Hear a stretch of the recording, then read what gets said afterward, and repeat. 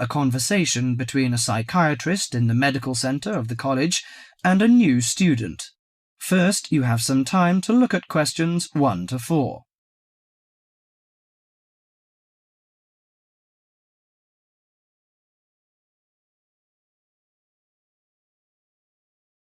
Now listen carefully to the conversation and answer questions 1 to 4. Hello, sit down, please. Thank you. Now, you are a new patient, aren't you? Yes, that's right. OK, so I'd better get some basic details down first. Right, we'll start with your name. Martin Hansen. Do you spell that S-O-N or S-E-N? Hansen.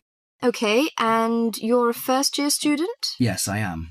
Study in? Electronics, actually. I hope you enjoy it. Thanks. And your address? 2805 Hesperian Avenue, Hayward. 2805 and Hesperian. Yes, that's Hesperian. Hayward, Hayward. And your phone number? 734-246-55. 734-264-55. No, you got the 6 and the 4 the wrong way round. It's 246-55. Huh? Sorry, right. And, when were you born?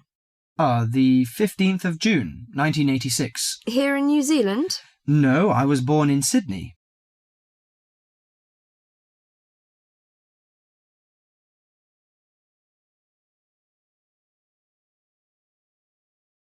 Before you hear the rest of the conversation, you have some time to look at questions 5 to 10.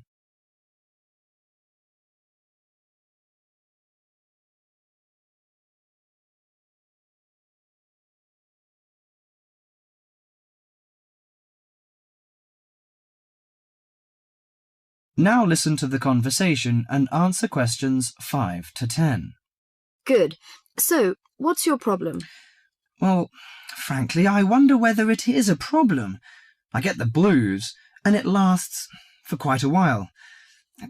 I don't know how to... Yes, we all feel sad or get the blues now and again. Generally, our sadness lessens in time, and with the support of friends. However, if the depression leads to difficulty in thinking and greatly disrupts your daily routine, it can be evidence of a psychiatric problem. What do you feel exactly? I always feel sad and worthless. I find it hard to fall asleep and wake up early in the morning. How long has it lasted? Nearly half a month. Do you feel fatigue or loss of energy? Or you may have lost interest or pleasure in usual activities? Yes, sometimes. At first I thought I could overcome it by myself, but I failed, and I'm so glad that you came here. It seems that you are suffering mild depression from your symptoms. Depression? Yes, I feel depressed sometimes.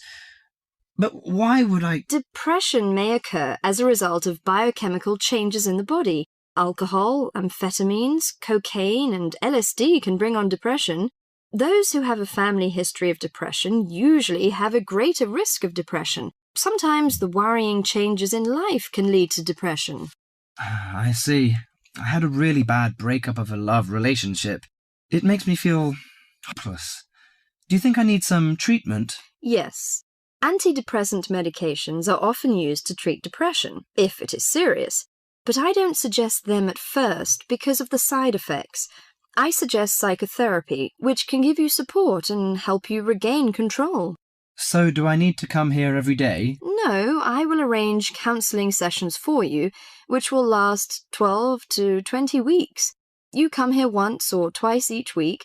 The psychotherapy is directed at helping you gain insight and understanding about events in your life, which may have contributed to your depression.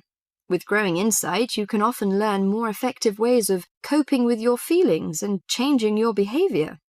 What can I do to take care of myself? Well, at first you should do some physical exercises on a regular basis, at least 3 times a week. How is your food? Do you eat well? Yes, I think so.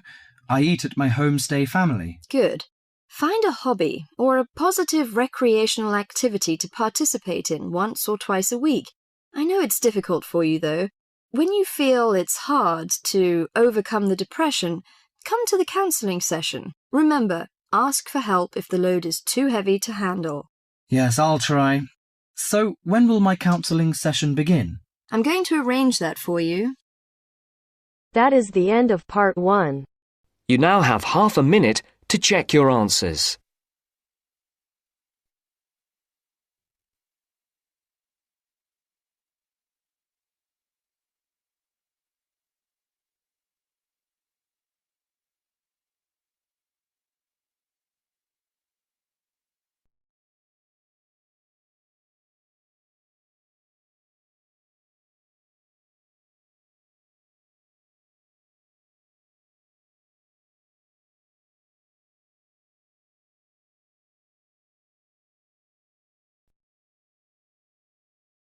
Now turns to part 2. Part 2. You will hear a presenter on a radio phone-in show. The presenter is talking to a woman who was bitten by a poisonous spider.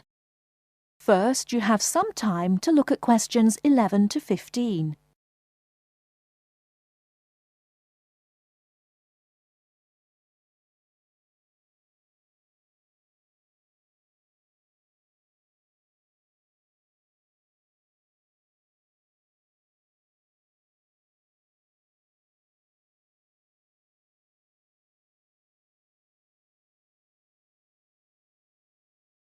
Now, listen carefully and answer questions 11 to 15. Today, we're continuing our Traveller's Tales. On the line we have Amanda Toddington, who had quite a nasty experience in Australia last year. Isn't that right, Amanda? Yes. My husband and I were on holiday and we were staying at a friend's house on the coast near Brisbane. It was towards the end of the holiday and I was about to go into the garden and enjoy my breakfast.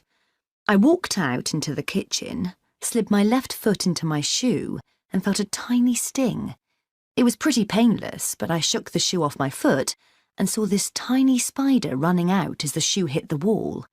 Anyway, not being an expert, I presumed the worst, that I'd been bitten by something that was going to kill me, and I completely lost control. I don't think I've ever screamed so much in all my life. We'd been told beforehand to always check our shoes before putting them on, as it's a common way to get bitten. So I suppose it was my own fault, really. So what was it that had bitten you? Tony, that's our Australian friend, he immediately asked me if I knew what had bitten me, and I pointed to the corner of the room where I'd last seen the spider. He picked up a jar and found the creature in the corner where the shoe had hit the floor. "It's a redback," he said, and he gently placed the jar over the spider. The funny thing was, we'd been talking about some of the creatures we needed to be careful of a few days previously, and as he said the name redback, the conversation came flooding back to me. In particular, the fact that the bite can be extremely painful. I've found out since that the redback is from the same family as the black widow spider, and it's the female that does the damage, which it turned out was what I'd been bitten by. You must have been absolutely petrified. You can say that again. I remember feeling quite confused. I wasn't in a great deal of pain to begin with, and yet I could see from our friends' faces that they were concerned. Tony explained that the venom or poison of the bite spreads quite slowly, so the pain doesn't feel too bad at first. Gwen, Tony's wife, brought an ice pack, and Tony held it against the bite to make it less painful. Apparently, you're not supposed to put a bandage on the area, as this can make it hurt even more. Tony tried to put my mind at rest by explaining that this was quite a common bite, that the hospital would have an antivenom, and that everything would be okay. But I was beginning to panic. We were flying back to the UK the next day, and I really didn't know what to do. Before you hear the rest of the talk, you have some time to look at questions 16 to 20.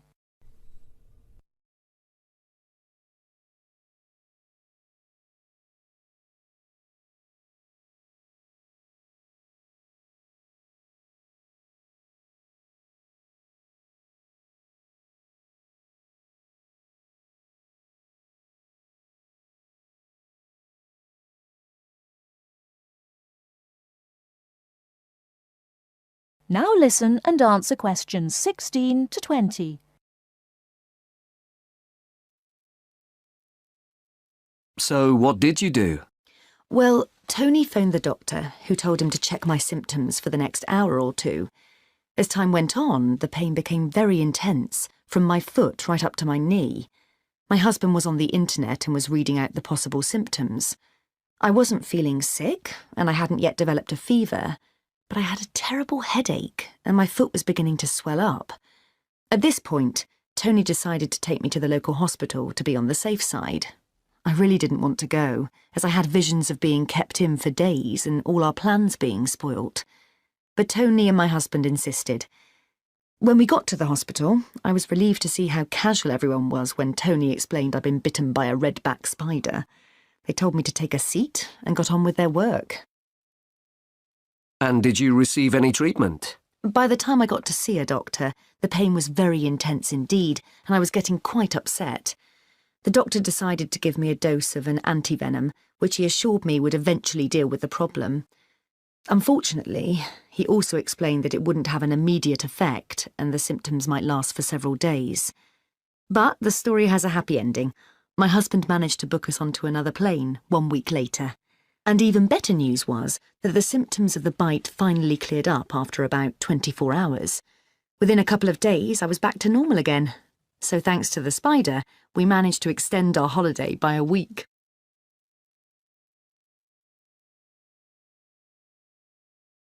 That is the end of part 2. You now have half a minute to check your answers.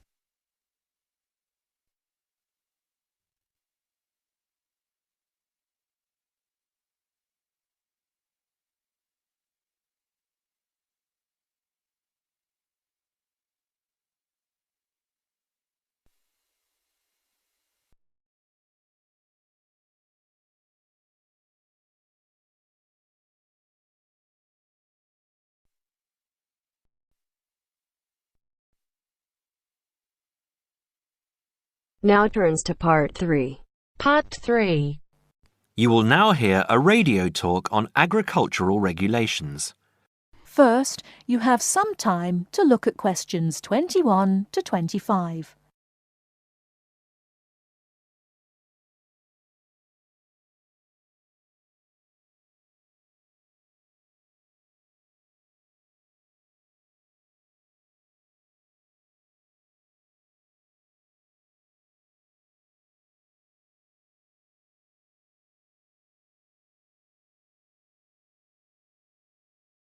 Now listen carefully and answer questions 21 to 25. Could there be clearer proof of the arrogance and indifference of those who are supposed to keep our food safe than the muzzling of John Verrill? Agriculture is a business, true, and businesses have to make money. But this shows how ministers and officials put the profits of the agriculture business before the well-being of the British people. Mr. Verrill, a pharmaceutical chemist, was appointed to represent consumers on one of the many committees that advise the government on food safety. When he tried to do his job, though, and wanted to warn ministers of a danger to children's health, he was refused permission to do so. The danger comes from hormones given to cattle in the USA and some other countries to make them grow faster. They speed up the animal's development to maturity, thus making meat production more profitable. There have, however, long been fears that the hormones have horrendous effects on the people who eat them, causing diseases as serious as cancer. Once these hormones were used on British cattle too, but over 20 years ago they were banned in Europe for being too dangerous. Indeed, so concerned is the European Union that it banned imports of hormone-fed beef years ago, much to the fury of the US government, which wants to sell it all over the world. Several years ago, the USA and Canada asked the World Trade Organization to declare the ban illegal and to punish Europe for failing to lift it. The WTO, with its long record of refusing to let environmental or safety concerns interfere with trade, agreed, imposing fines of more than $120 million a year on the EU for its refusal to back down. The British government now backs the Americans, claiming that there is no proof that hormone-fed beef does any harm. This is where Mr. Verrill comes in. He is very angry with the government, especially as their claim comes out just after a Danish study shows that growth hormones are 200 times more dangerous than was previously thought. Worried by these findings, Mr. Verrill spoke to government representatives, who did nothing. Before you hear the rest of the talk, you have some time to look at questions 26 to 30.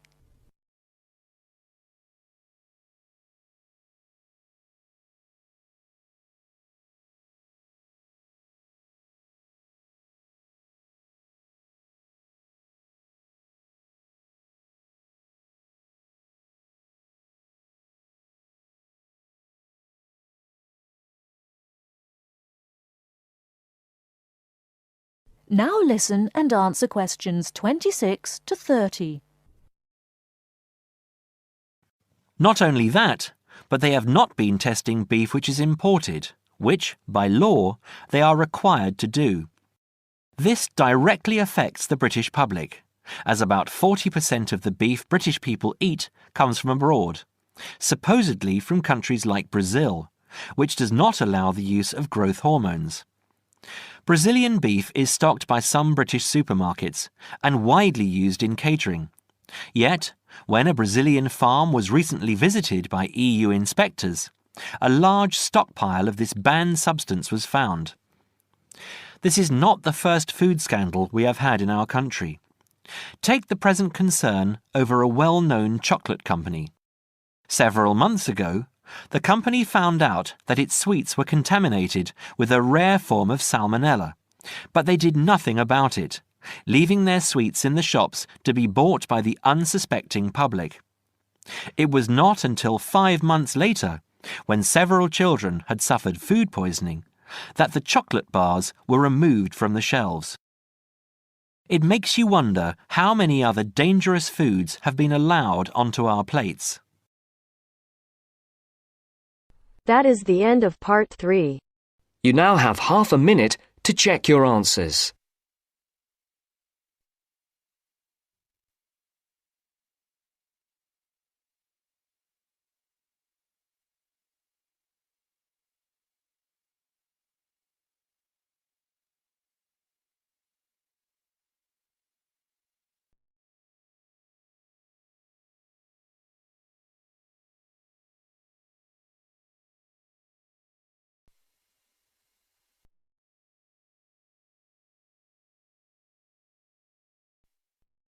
Now turns to part 4. Part 4.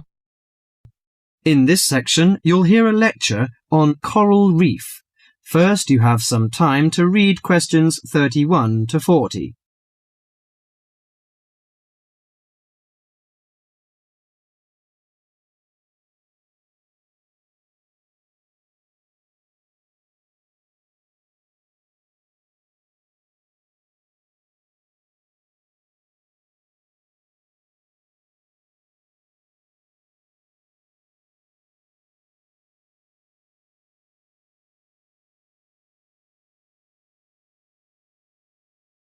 Now listen carefully to the lecture and answer questions 31 to 40. Do you fancy diving in the wonderful world of coral reefs, green sponges, colourful fish and red crabs? It is a rich garden beneath the waves. But how much do you know about the corals? Are they animals or plants?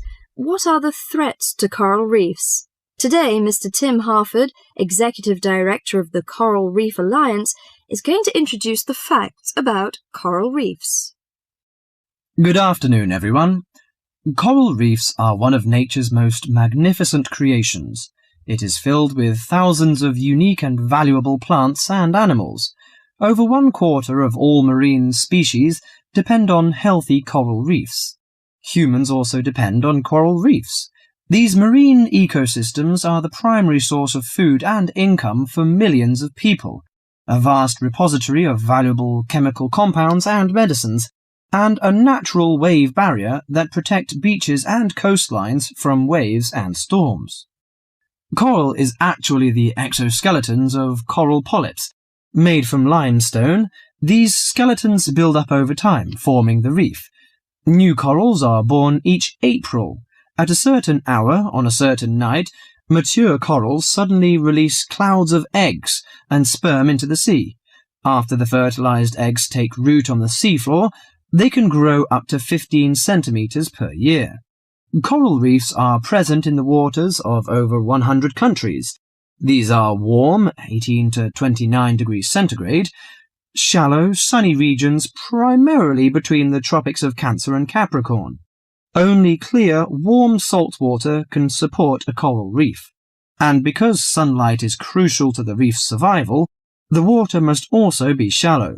The algae that grow on coral provide much of the coral's food. In deeper water, algae cannot get the sunlight they need to grow. Most coral reefs are in the tropics because natural conditions there are perfect. In their modern form, coral reefs have thrived on Earth for over 50 million years. In recent years, however, more than 11% of the world's reefs have been lost, with another 16% severely damaged during the El Niño event in 1998. Up to 32% of coral reefs may be destroyed by human activities in the next 30 years if we do not take action now. Corals and coral reefs are extremely sensitive. Slight changes in the reef environment may have detrimental effects on the health of entire coral colonies.